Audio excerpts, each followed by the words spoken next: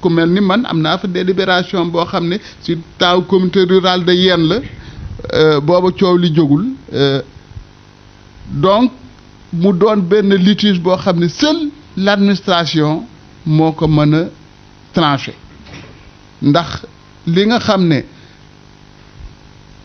conservation foncière Tëngéej mu ngi siy délivrer kayit conservation foncière u Thiès mu ngi siy délivrer kayit bu ëllëgee kenn du xam lu fa nar a am ndax ñun suñu bopp comme ni ñu ko waxee ñun ñooy les grands perdants ñun ñi fi dëkk ndax lu mat juróom-ñaari dëkk loolu lépp laal leen doy na waar mu ngi noonu loolu mooy li nga xam ne mooy historique bi maam mu nekk mbir moo xam ne lu compliqué la xaw ma naka la ñuy régler loolu sama problème nu mu durati Baye Modou mooy yéene ngi am mën nañ ko tuddee noonu lenn ci ay recettes yoo xam ne mu ngi tukkee ci nga xam ne ñooy investir ci fi ñu tuddee ni moo nekk titre foncier bi bu ëllëgee est-ce que mënuñu xaar bu fekkente ni résultat am na qu'on peut dire ni titre foncier bi effectivement Nadra Filifili mooy li nga xam ne moo ko moom foofu est-ce que mënuñu assister war ak beneen chaîne catastrophique boo xam ne dañuy terrasse war foofu yëpp. loolu de Ablaye xaaruñu ko ne titre foncier bi moom. du doonoo gëm ni amul waaye dafa amul. waaw loolu tamit moom bëggoon na nit ñi. ci lan ngeen mën a teg nii dafa amul. jërëjëf xam naa loolu moom. comme Baye Diop ci dina ci gën a leer maanaam. titre foncier bi ñun. waa kay naka la titre foncier mën a amee def naa Baye Diop wax ne ko titre foncier doona wax ne déeg li ñuy wax déeg nga xam ne nawet ba nawet lay am ndox fu mu am rek du am titre foncier moom aussi en même temps du am foo xam ne dañ fay sàmm du am foo xam ne dafa am teen titre foncier du am foo xamante ni daa am dëkk def naa dégg nga dëkk bi nekk ci biir Ndoyeen mu ngi ci biir titre foncier bi titre foncier boo xamante ni bi muy am Baye Diop dinañ ci gën a diggal ci détails yooyu maanaam titre foncier li ne titre foncier la maanaam titre foncier boo koy am war nañ la jaay ki la jaay war na am acte de cession de peine xanaan bu ci foofu ngay démarrer bala ngay am acte de vente il faut nga am acte de cession de peine ni nga diggante jëndante ak jaayante ak plan titre foncier ba nga plan bi kañ la 2017 2018 titre foncier bu bàyyi ba 2017 2018 muy soog a am plan titre foncier bi ñu leen wan moom la plan am génn ci 2017 2018 ci la am plan ndax loolu te ñu gis nañ fa Kër Moussa titre foncier yoo xam te ne mu ngi dem bay laal Sébikotane yoo xam te en 1968 la am plan ci leen am titre foncier lan moo tax bii moom du am doon titre foncier te moom ñëw ba 2017 di soog a am plan loolu yéen laajaat naa leen ko xañ na loolu delloo lañ ko ci seen i xel beneen bi ci tegu moom mooy ñun départ bi Baye Diop mi dañu moom du xeex ak i xeer ak i yet te kayit am fi moom demoon boobu ci la jaare dafa topp kayit ba maanaam ba kayit yay fili ni ko amoo titre foncier daf naa wax ne leen fi li leen wax fi yëpp ay bàyyi la yoo xam te ne sax no immatriculé la lay wax bi boobu léegi ci kaw loolu Baye Diop yaakaar naa def naa ñëw na ci lu gën a yaatu dafa xamuma ndax yàlla na ko nit ñi bàyyi xel ci li mu doon wax noonu titre foncier bi ñu doonoo waxoon ne fili moom danoo dem ak moom ba ci wan ñu ko ñu ba ko ñu balla boo ñu wanee titre foncier ñu bàyyi la ak suuf si maanaam dem ngeen ci procès boo xaaradoo loolu ñu wan leen preuve bi rek ngeen ñu bàyyi la ak suuf bi yaa ngi dégg moom muy dina ko génne wax nañu fi dama ko joxe dama ko yóbbu dafa ma nga banque titre foncier c'est privé wax nañu ba ni yegg ci dernière énergie génnal titre foncier wan ñu ko mun nañu dinañu ko wan mais mu ñaan 3 mois ñu may ko 6 mois ba léegi génnewuñu ko 6 mois yi ba léegi lii ci la bokk génneegu ko kon loolu am na titre foncier bi alors yéen ngeen trouvé benn stratégie mooy industrie ya fa nekk maanaam ñoom nan lañ def ba accéder foofu ok léegi ci kaw titre foncier boobu nga xam loolu nga xam te amuloon titre foncier mais ci la suñ état yi moom gis ne ni muy doxee loolu moom kenn duñu ko jàngal bañ na ko ba fi daanaka képp koo xam te ni da nga fi nekk koo xam te ni da nga jéem a du mooy fili sax doo fi yàgg ba ci commandant yi ba ci lu mu mën a doon ñëpp préfet sous préfet moom il faut maanaam fili di wax nga naa waaw wala doo fa yàgg ci kaw loolu ci leen formé parce que cadastre bu Tëngéej moo lëkkaloo parce que benn waay bu ñu wax benn certain banque boo xam ne moo fa newoon moom la mu retraité moom la fi recruté. di def ko emploi mu lëkkaloo Carrefour bu Tëngéej di defar ay titres fonciers yoo xam te ni mi ngi koy defar ci commune bu Kër Moussa arrondissement bu Kër Moussa région bu Thiès. alors que c'est un ancien du cadastre. waaw mais loolu moo fi xew. mais boo gisee affaire titre foncier bu lu jëm ci fili nit ñi war ci defaat jàngat di ko laaj comme nii. maanaam dafa bari ñu dëkk ci dëkk bi maanaam tax xamuñu li xew dëgg-dëgg la ñu leen demal leen. di leen wax loo xam te ni moo ko moom ci naka. ñu bëri loolu la ñuy wax de suuf si suufu naar bi la. loolu moo ñu fi andi tey. naar bi mosu koo moom démb mosu koo moom tey. te ba léegi nii moomu ko. léegi nag boo gisee ñun ñu kii comme li ma la wax ne la ñu nag industrie amuñu problème. mais ñun ñi ngi amoon problème ak fili. waaye ñu gis ni biñ demee dañoo commencé takk avant association ànd dafa comme si dëgër. Madaar installé na bi mu installé tamit wax dëgg yàlla jël na fa ay ndaw yu bëree ci dëkk ba léegi nag ñu ne kii nag kon lu mën a am moom bu ñu ko daaxee mooy dàq suñu njariñ ba loolu moo tax ñu négocier ak ñoom pour ñu nekk fa. waaye di amal dëkk bi njariñ parce que Madaar ma nga fa léegi ki ma profité ci di waxaale. ci li nga xam ne ni sax. balaa nga fay. waaw. waaw dafa am waaw maa ko tudd balaa ngaa def publicité daal. ok voilà maa ngi profité am na benn usine boo xam ne bu fa installé boo xam ne bi mu dikkee. dafa ñëw def na audition lañ ko mën a wax. usine bu dem ba installé mën a toog def audience publique yaakaar naa. kon audition la mën a doon. bi mu ñëwee benn certain xaw ma nan Ousmane Thioune la xaw ma. moom moo fa ñëw ñu woo ñu ñun waa Kër Moussa 50 dëkk yi gën a jege ñu woo leen madame la maire mi ngi doon wax kii mu ni moom dafa ñëw pour bëgg a xam ñu waa Kër Moussa la leen di xaar ci usine bi. mooy usine bi defar si bi Kër Moussa la leen di xaar ci usine bi. maa ngi dégg madame la maire ne ko duñ la may dara mais usine boobu tey jii moom lan fekk moom muy recruter. ne maanaam ressources humaines ba fa ne nee na xamul sax fu Kër Moussa ne. nee na waa Kër Moussa duñ fi waa maanaam benn agent la lëkkalool. bu nekk jam ñaajo boo xamante ni dañuy waa Sébikotane dong ñoo fiy liggéey. moo leen di recruter. ak à part waa Sébikotane waa jam ñaajo ndax usine bi Dakar la ne mais ñun ànd defar ko ñun ñoo dem ba ci ressources humaines bi ñu leeral ko. mu ne fan mooy Kër Moussa ci mu ne Kër Moussa tax commune la. te pourtant mën ko du commune mais arrondissement la. te mu ngi ci suuf si. mu ngi ci suuf si. mun ma naa ma Kër Moussa fa man ko yaa ngi Kër Moussa. mun ma non man ko maanaam ñu expliqué waxtaan ak moom mu ne jàppale ni yéen a fii doog a ñëw comme demee na ni jàppale ni yéen a priorité parce que ñu nit xamewuñu ko woon ni. ñu ne ko loolu moom moo mën a am jàmm moom sinon duggoon fi liggéey. finalement wax dëgg yàlla ñu waxtaan yooyu déggante ci loolu. waaw loolu moom maam bëggoon naa peut-être da nga ci rebondir parce que li gën a am solo mooy industrie yi nga xam ne ñoo fa nekk di samp bu ñuy wax population impactée population boobu commune bu Kër Moussa la ñuy wax ni ñoom ñooy impacté. maintenant ci wàllu yoon dañu xamul dafa amul suivi au niveau de la commune autorité yi wax nañ ko sàng mel na ni da nga ne gisoo leen présence wala absence totale ngir remarqué ci ñi nga xam ne ñooy autorités yi loolu la ñu mënul comprendre le pourquoi professeur. Merci beaucoup Abdoulaye. La réponse est simple. Les communes ou les autorités mosuñu woon nekk aux côtés de la population ou des populations. ma jox la ñetti exemple Dangote fu mu nekk. fii. AIBD à 98%. bien sûr. c'est à la commune de Kër Moussa. wax ma benn. wala ñaar wala ñett wala ñeenti Kër Moussa. yoo xamante ni bon si je dis Kër Moussa mooy les habitants de la commune yu fay liggéey. Dangote Pout a fay liggéey. Dangote newul waa Pout ñoo fay liggéey. Dangote newul Pout. Dangote mu ngi ci suufu Kër Moussa. AIBD mu ngi ci suufu Kër Moussa. c'est-à-dire que ñun dañoo am benn problème ñun Sénégal ñun les administrés ñun ñi dëkk ci ñun askan wi. suñu dem si je peux l'appeler ainsi non suñuy ennemi mooy suñuy njiit yi ñooy suñuy ennemi yow boo demee ba askan yow nga jiite leen di jël ñeneen ñoo xamante ne ni dëkkuñu dañu ñëw pour am nga jël ñooñu yéeg feegal leen ci kaw sa askan nga di leen piétiner ci suuf donc vraiment doy na waar quoi te loolu ça va de mal en pis tant que ñun ñu ngi ñamaa ngi yaakaar dina dañ te ñun jeunesse bi ñun ñoo ko mën a dindi ànd defar Kër Moussa jóg nañ ci loolu xoddo fa ma dëkk ay entreprise kese ko wër am na fi ñuy defaree les kits d'électricité là mu ngi fa mooy 3MD pour ne pas faire une publicité bien sûr am na yoo xamante ni fi ñuy defaree ndox beeg boisson le verger fa la nekk yëpp fa la ñu nekk amul benn doomu dafa ko cee liggéey.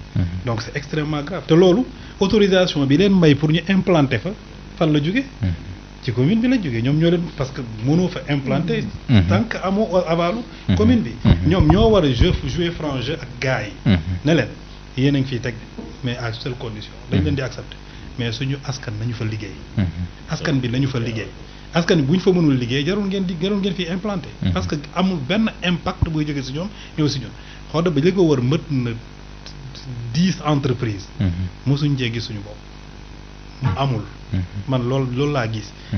et de même pour Kër Moussa. de même pour waa Mbul de même pour jeneen léegi wax ji lenn. ñun la jeunesse ñoo war a jug. ñoo war a jug gis nga mbéjum kanam borom a koy fajal boppam quoi. ci naka ci ban anam maanaam ban démarche la jeune bi war a am. il faut qu'on se soulève les jeunes doivent se lever. en fait dem benn synergie. dem ci maire donc moom ne ko ñun suñu problème lii la suñu problème lii mais yéen def ngeen benn affaire boo xam mooy Palor TV. macha allah yéen a ngi def liggéey bu am solo. mais yéen tamit vous devez convoquer mën na nekk. ngeen convoquer benn forum benn panel boo xamante ne ni. da ngeen di woo askan wi. woo les autorités ñu toog autour d'une table ñu waxtaane ko. quitte à ce que sax ñu dem foofu ngeen jël ko. ñu toog waxtaan ak ñoom parce que tamit tant que lii mu ngi am ñun duñ ci gis suñu bopp. askan wi du ci mës a gis seen bopp. te entreprise yi dafa am yoo xamante ne ni du point de vue environnemental. point de vue environnemental ñu ngi lor askan wi. ça pollue. ñu ngi ñuy bëgg a rey te loolu lépp askan wi ci ndoddu askan wi lay tegu. donc RSE bi ñu war ko mu remettre en cause est-ce que rapport boobu mu ngi am. amul. non amul démb amul tey te. à faible échelle lay am wala dafa amul. non amul bu amee fan nga ko gis. est-ce que gis nga ko yow non mënoo ko gis amul fenn foo xamante ne ni am na. man amul fenn Dangote mu ngi polluer Pout mu ngi polluer yenn village yoo xamante ne ni ci commune bi lañ nekk. mais au moins Dangote peut-être mu def benn RSE par année mu am benn un peu d'impact. bon c'est vrai Dangote sax xaw na def benn mu ngi def. waaw mais li mu war a def par rapport ak li muy defu ko. voilà maanaam c'est-à-dire que 100% si sur 100% 10% sax defu ko. suñu la déggee RSE bi maanaam ni mu waroon a pesé wul noonu par rapport ak impact bi nga xam ne moom la Dangote am. absolument vrai. c'est ça ak idem pour toutes les autres entreprises. ci entreprise yëpp idem pour. d'une façon précise maanaam développement wu askan wi parce que population yu bëri dañuy yàkkamte usine bu am doole la ñu impacté seen dëkk pour que ñu mën a appuyer ci kooku mën a aspirer développement. rapport bi maanaam ci naka la war a demee ci wàllu yoon. bon rapport bi lenn la ñoom bëgg nañu implanter. il ne demande du ñu laaj keneen ku dul autorités yi fi nekk. ñun jënd nañu bu ñuy jënd nañ suuf si lenn lañ ci bëgg a def entreprise lañ ci bëgg a def. mais autorités yi commune bi am nañ commission yoo xamante ni ñoo ñu war a saytu loolu. ñu ñëw saytu ko li ngeen ci war a def. parce que am na bu ñu ma wax Kër Moussa boo xamante ne nii affaire jën lay def je pense. te loolu day polluer arrangé wul askan wi. mais bu ñu ko fa def. wala bu ñu ko fa defee ñu tuddee ndàmpaay entre guillemets. non du doon ay ndàmpaay sax. parce que bu ñu ko fa defee li muy xañ moo ëpp li muy jariñ. ok. li muy xañ moo ëpp li muy loolee autant pour moi moo ëpp li muy jariñ. parce que bu ñu demee suñu askan wi yëpp ñu nekk am nañ gars yi ñu ngi asthme ñu bëri asthme ngi leen di bëgg a rey. des maladies pulmonaires ñu ngi leen di bëgg a rey te la lépp pollution bi la. donc day dem ba li ñuy joxe du jariñ ci dara parce que. Dangote tabax na fi benn pas tabax mais réhabilité laay wax sax. suñu centre de santé bi nekk Kër Moussa. bon après boo fay dem est-ce que les soins sont gratuits. non. tout est cher da ngay jënd ticket. tout est cher trop cher baax na trop c'est très bien macha allah. macha allah mais nag la gratuité des soins nag buñ ko mënoon accompagner. fa la doon gënee nag quoi. mais gisuñ ko ci. merci beaucoup. voilà foofu maa ngi bëggoon rebondir rek ci éléments yi ñu jël démb bu boo ko seetloo. di nga gis xam naa bu fekkoon kii bi jotoon na gën ñu mën ñu ko wanaat ñu gis séparation bi fi nga xam ne boo xoolee mur Filifili fa la ko jaaree am mooy tali bi nga xam ne moo nekk Puyane. dugg ci biir. moo dafay séparer tool bi. ak li nga xam ne mooy foncier bi nga xam ne. loolu la gars yi prévoir pour des hectares yoo xam ne par 3 hectares. 3 hectares def ko zone industrielle zone industrielle. bon man je pense que dañu day wax ne wala day wax ne bay wéy na mbuus. Dans ces cas boo ko xoolee foofu noonu lay mën a demee mais nag bu ndox tuuree dañ naan an bàqa des mais rootiwaat. Man dama gis ne li nga laaj moom professeur léegi. solution bi. ànd taxawu Kër Moussa wane nañ ko. c'est pas ñoom ni ñu ko waxee du dem di xeex di xuloo ak marché. mais il fallait ñu def ay mouvement yoo xam ne day taxaw comme ñoom ni ñu taxawee. bon su ko defee def ay délégation aussi dem gis propriétaires yi usines yi nga xam ne ñoo fa nekk. waxtaan ak ñoom mais dem aussi gis monsieur le maire waxtaan ak moom su ko defee fexe ba mu am benn accord entre eux entre ñoom ak maire entre ñoom ak propriétaire des usines ak maire ak ñooñu ñu bokk nag jotaay toog waxtaan su ko defee je pense que foofu dina mën a am ay revenus yoo xam ne ni ko waa Kër Moussa yi di amee yeneen village yu ci des yëpp mën ko amee noonu à travers ces mouvements yooyu nga xam ne créé nañ ko mais soo demee foofu ba xool la fa nekk vraiment di nga xam ne lii mën naa ne njariñ bi ñu ci mën a am mooy lu mel ni RSE yi ngeen di wax ndax defe naa ñoom Modou am na lu ñu ci commencé di laal ci mouvement ànd taxawu Kër Moussa mais am nañu tamit profit wu jël ay ndaw yi Kër Moussa yóbbu leen fa ñu di fa liggéey ñoom it di fa gañ seen pain yooyu mooy profit yi nga xam ne dès maintenant moom la suñu communes yi suñu jeunes yi war a fexe xeex pour am loolu mais nekkatul problème mu xeex pour jot suuf wala jële fa ña fa nekk wala parce que loolu mënatul nekk mais je pense que lii mooy li nga xam ne moom la jeunes yi war a taxawee kenn ku ci nekk def sa aqulaay taala jéem a former ay mouvement yooyu ñu fexe ko formaliser su ko defee teg ko ci yoon dem nag di def nag waxtaan rencontre yi di am ñuy fexe di créer tamit ay action de développement ak social yoo xam ne usine ba bu bëggee joxe dara day xam ne bu ko dugalee fii vraiment dana gis impact bi population yi aussi danañu gis impact bi ce qui fait loolu je pense que dana baax ci monsieur le maire bi fii nekk dana baax ci population yi dana baax aussi ci industrie yi nga xam ne ñoom ñoo nekk sur place te nga xam ne comme ni ko Modou waxee boo xoolee li wër xodd ba mais comme li waa Kër Moussa def waa xodd ba defuñu ko je pense que pour ñu jariñu ci aussi du yomb xëy na quelquefois ñu am lu mel ni nawetaan nga dem taxaw tàllal loxo ñu may la ay 100 000 200 000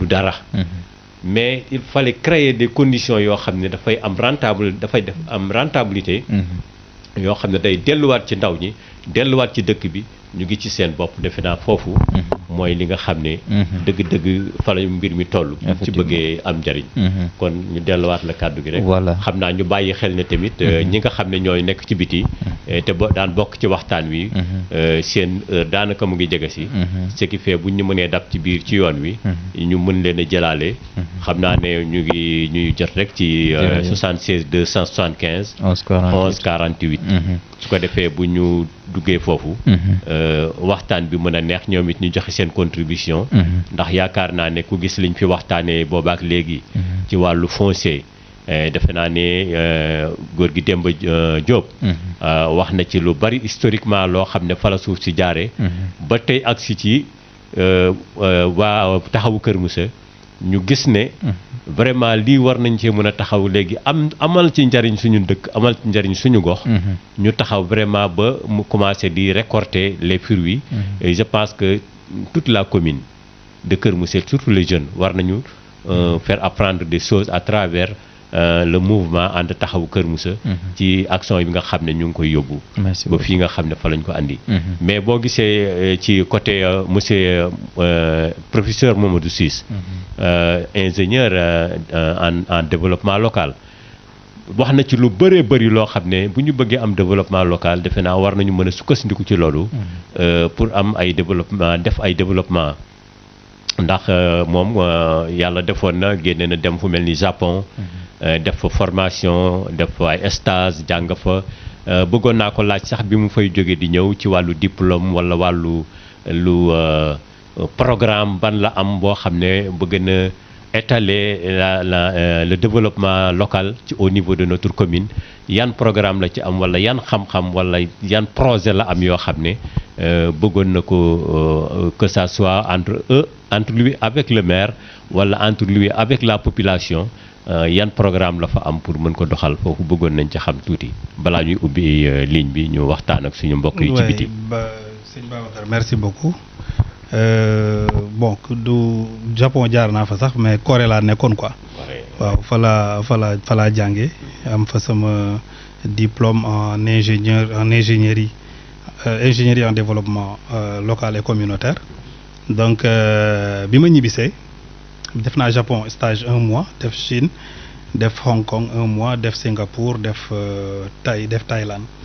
Donc bi ma ñibbisee li ma njëkk def dama jël samay diplôme yëpp boole ko bon en plus de cela j'ai un diplôme en agriculture et leadership aussi quoi yooyu yëpp am nañ ko bi ma ñëwee dama ne le magistrat de la commune kenn la man dama jàngi woon pour Sénégal mais bay sa wewu tànk lii ma jànge nii naa ko ñëw mettre ko en œuvre ci sama gox laa jël sama tànk dem kër monsieur le maire lii may wax nii mu ngi may dégg këram laa dem mu toog ma toog j'ai pris tous mes diplômes étalé ko ci taabalam tegal ko man moom yàlla kese. Vous parlez de monsieur le maire Momar Ciss. monsieur le maire Momar Ciss moom laa dem parce que dama ne amul kenn ku ko mën a jariñoo ku dul suñu lii may def nii amul kenn ku ko mën a jariñoo lu dul suñu commune bi ma demee dem toog expliqué ko ne ko nag man nag demoon naa jàngi ñibbisi naa indi naa ay diplôme mu ngi nii mu xoolal ko boppam ma ne ko man de lenn rek laa bëgg lii je vais mettre ça au profit de la commune mu ne ma d'accord incha allahu rabbi dinañ ci bàyyi xel léegi dégluñu bon ma ne ko baax na boobu ba tey jusqu'à présent je ne l'ai pas dégguma leen gisuma ko demaat naa fa sax benn ci bureau ñu toog waxtaan mais dégguma ko waxuma dara man maa ngi toog di ko di liggéey sama liggéey donc awma fenn benn opportunité boo xamante ne nii mën naa ko defal sama askan te bu may def ci dem naa sax ba agence régionale de développement ma fekk fa un directeur qui s'appelle monsieur Faye mu ne ma il faut ma faire le diagnostic de la commune de Kër Moussa bon nga defal ma diagnostic bi quoi des problématiques de la commune donc ma jël côté santé ma am lu ma ca def c'était dans le cadre d'écrire un plan de développement local donc ma am lu ma ca def santé sport loisir ma am lu ma ca def am nañu ma laaj les acteurs ma laaj leen bi ma defee càmbar yooyu yëpp ma dem yóbbu ko ñu toog mu ne ma lii de sa maire lii nga def nii ñoom ñoo ci war a ëpp ñoo la ci war a appuyer quoi ñoo la ci war a appuyer nga xool nooy def ba lii problème yi yëpp ngeen xool na ngeen koy saafara mais depuis lors xam nga on ne peut pas être plus royaliste que le roi nag quoi donc dem nga fa wax nga li nga leen di wax bon da nga leen toog di leen déglu bu ñu la woowul tamit tu continues à faire ton bonhomme de chemin ci laa continuer nekk ci sama comme jàngale laa xam man moom laa xamoon amaat naa yeneen truc yeneen compétence ma continuer si jàngale bi dem pourquoi soit boobu la moo tax mënoo intégrer nga joxe li nga xam ne mooy sa xam est-ce que c'est un aspect politique moo posé wala nu mu demee donc xam nga au Sénégal volonté politique mooy am mooy problème bi volonté politique mooy problème bi ñun am nañu volonté mais nag volonté dañ koy appuyer quoi si boo amee volonté tamit il faut ñu appuyer la est-ce que yaa ngi comprendre d'ailleurs sax même dans notre village kii xam na bu baax li may wax amoon nañ fa defar xodd ba tey mu ngi marché ci cadre yooyu yëpp bëggoon nañu maam mel na ni am na ku ne ci ligne bi allo asalaamaaleykum allo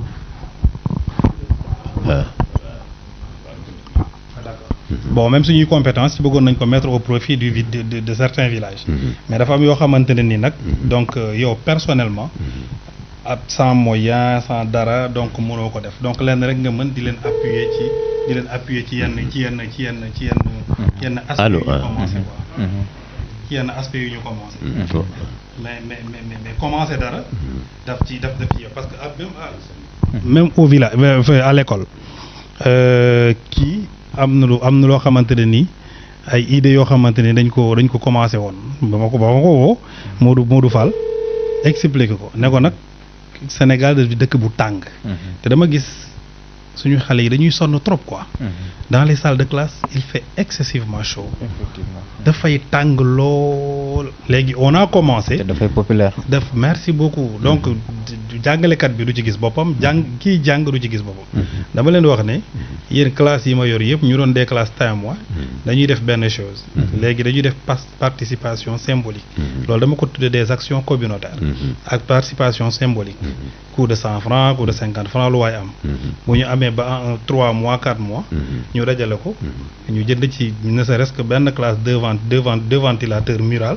des ventilateurs muraux ñu teg ko ci léegi nit ñi dinañ ci mën a tàngaay bi dina mën a wàññeeku tuuti élèves yenn élèves yi bu ñu gisee loolu dinañ mën a répliquer quoi dinañ mën a ñun dey wala yenn profit bu ñu ko gisee dinañ mën a répliquer bi ma ko ñëwee wax ko nag Diop rafetlu ko ñu commencé dox grève bi dugg école instant bii di personne n'y va donc mooy loolu donc xam naa bu ñu reprendre incha allahu rabbi te dinañ commencé waat dinañ ko continuer ak yeneen action yi war a ñëw ci kanam quoi li Ablaye bi mu la laaj léegi parce que tubaab day wax ne selon ta poste selon tes moyens te je pense que yow fi nga jaar war nga am relation est-ce que relation yooyu mënoo ko exploiter quelquefois sa audience pour nga mën a am loo xam ne da nga koy créer par rapport ngay xaar ay monsieur le maire wala yu mel noonu ñu de la parce que quelquefois yu mel noonu ñoom duñ la tal bu fekk xëy na wàllu politique peut-être est-ce que loolu jéemoo ko xool ba xam.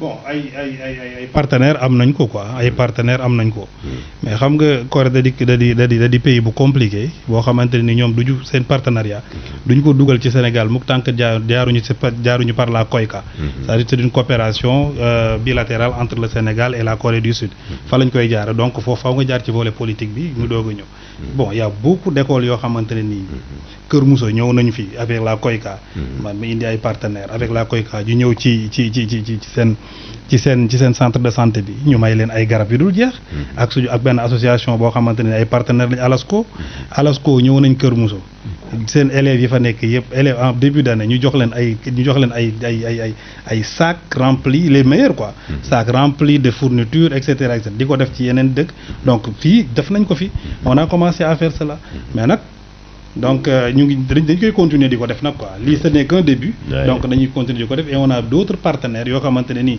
bon bëgg nañ fi installer parce que ñoom ñu ngi ci domaine yëpp domaine santé am na koo xamante ne nii sax ci Covid bi di ma yoon na ma fi ay kiiwu Covid ma jox ko la case de santé de Khodoba ak yëpp am na yoo xamante ni ñu ngi koy def donc des na lu bari daal. voilà il faut continuer dans ces lancées puisque aussi commune bi dafa laaj vraiment ñu mel ni yéen ñu jàngi woon am xam-xam ñëw jaar nga fi ñu bëree bëri jaar nañ fi say moroom ñoo xam ne vraiment xam-xam bi ñu yor xam-xam bu am solo bu am njëriñ pour commune bi pour Sénégal mais la plupart fi ñu kale mooy foofu quelquefois dañ naan la dem naa ci monsieur le maire mais jàllut donc yu mel noonu day am dañ fay bàyyi yoon boobu ngeen wut ay yoon yoo xam ne yu indépendante la pour mën a dimbali seen commune ndax bu leen xeeb lenn li nga am ci sa bopp nga taxawal ko sa bopp ba nga xam ne xëy na bis bu demee ba naan lu sotti am borom peut-être bu boobaa danañ ci dugal seen loxo asalaamaaleykum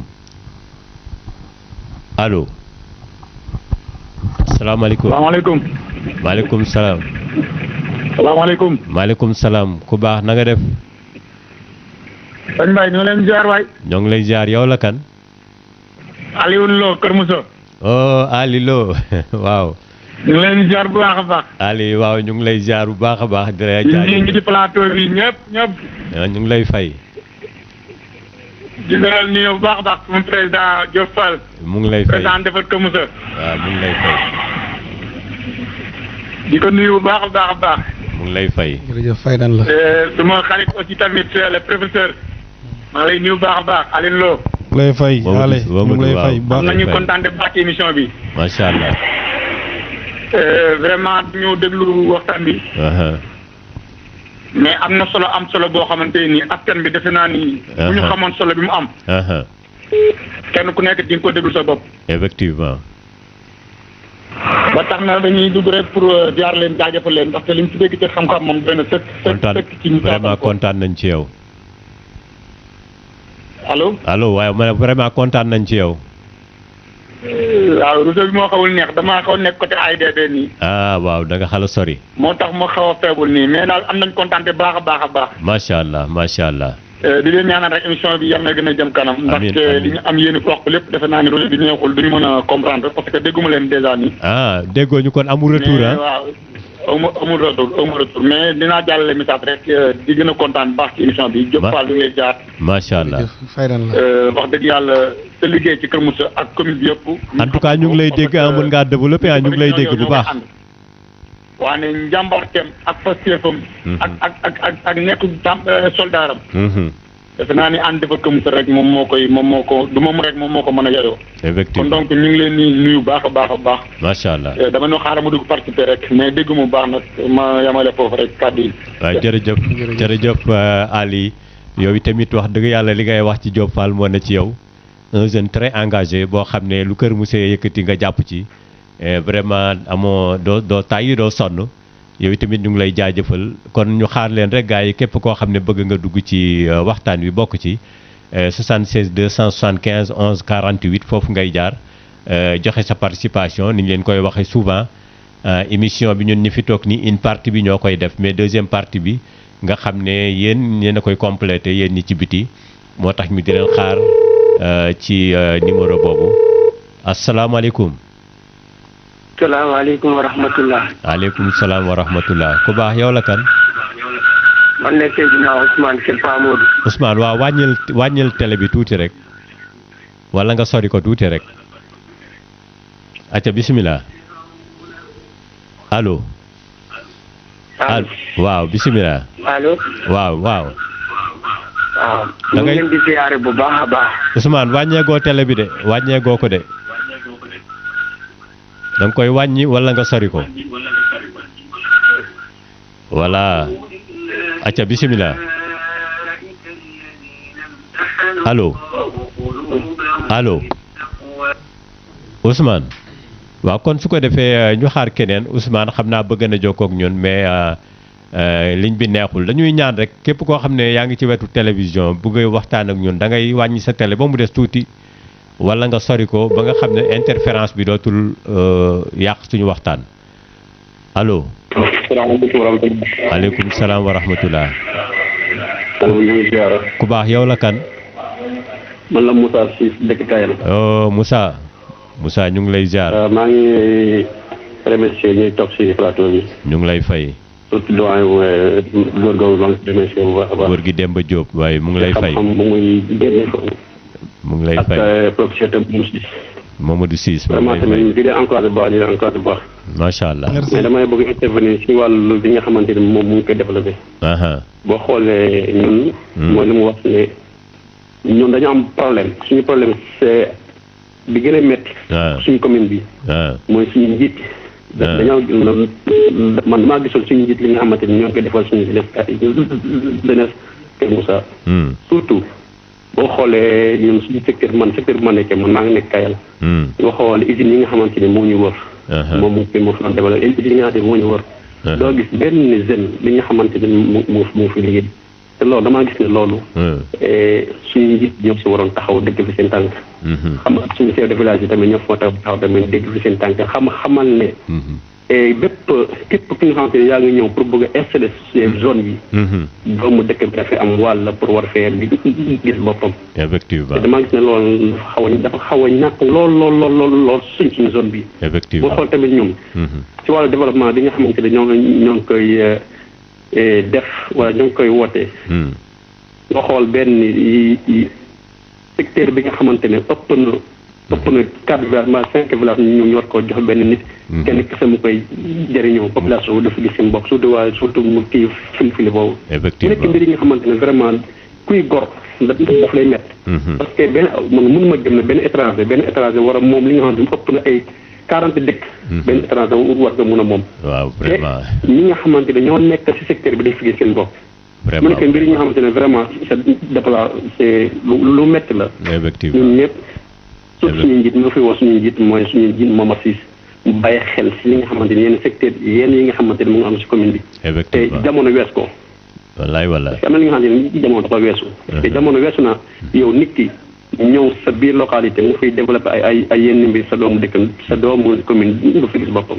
vraiment si gàttal. maa ngi remercier ñëpp. jaax na di balu tamit di. jërëjëf Alassane jërëjëf vraiment xalaat bi rafet na.